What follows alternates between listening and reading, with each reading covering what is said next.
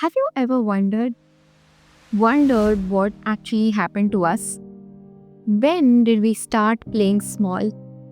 When did we stop saying what we actually thought was right? When did we start needing permission to start living? We all were born with some fire.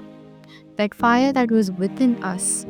That fire that was wild and magical and made us dream with our eyes open. But someday, somewhere along the way, something happened. The world trained us slowly and silently. The world trained us to forget our power. It actually starts in the most innocent places. A places filled with color and curiosity, and then you're taught.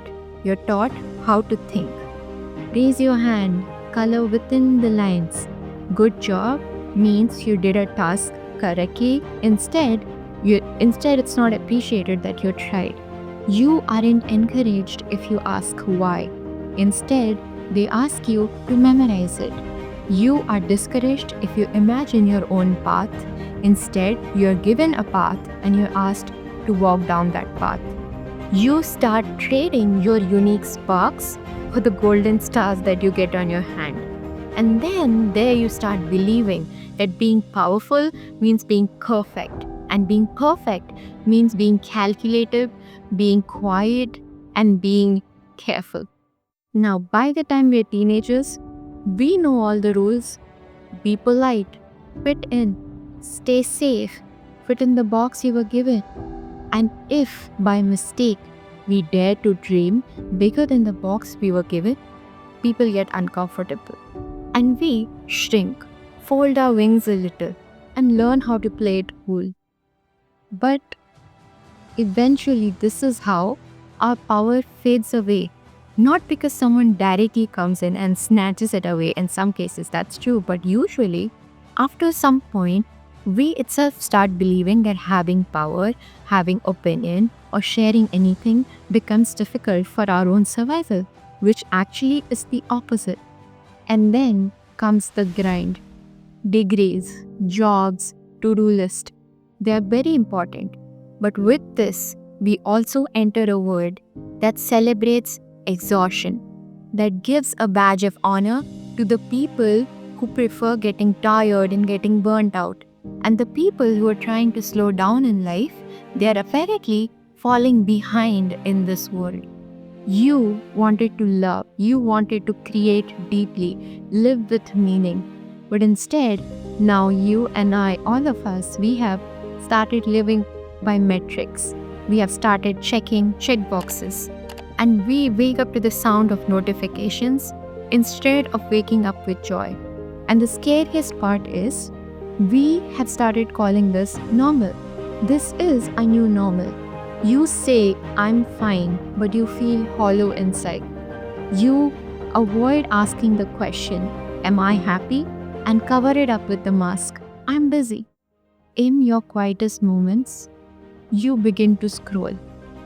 You scroll and you see people doing more, achieving more, being more. Perfect skin, perfect career, perfect captions. If you had dreams, you have forgotten what those dreams sounded like before they were drowned in a field full of filters.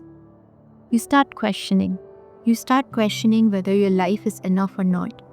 And you start thinking maybe you are not enough.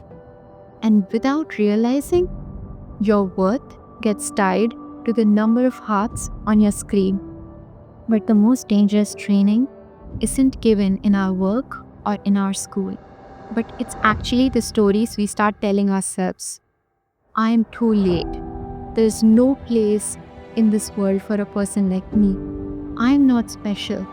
And all these things are the things we tell ourselves. And that's what impacts us the most.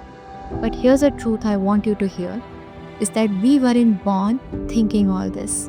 We were taught all these things through situations, through systems, through our own failures, and somewhere lack of confidence due to some procrastination. But the thing is, we can unlearn them, and that changes everything. The moment you realize the world has been training you to forget your power, is the moment you take it back. Take it back from where?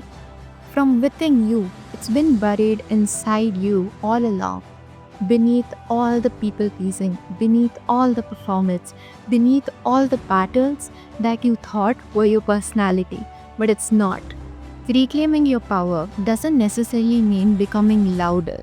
It means becoming quieter with yourself and carefully listening to the voice inside you that you silenced long ago. The voice that said, I want to create, or maybe I want to feel more, or I want to live my life differently. And then honoring that voice, honoring it in such a way that it makes you feel free, it makes you feel powerful, and honoring it especially when no one claps. If it scares you, honor it more if it scares you.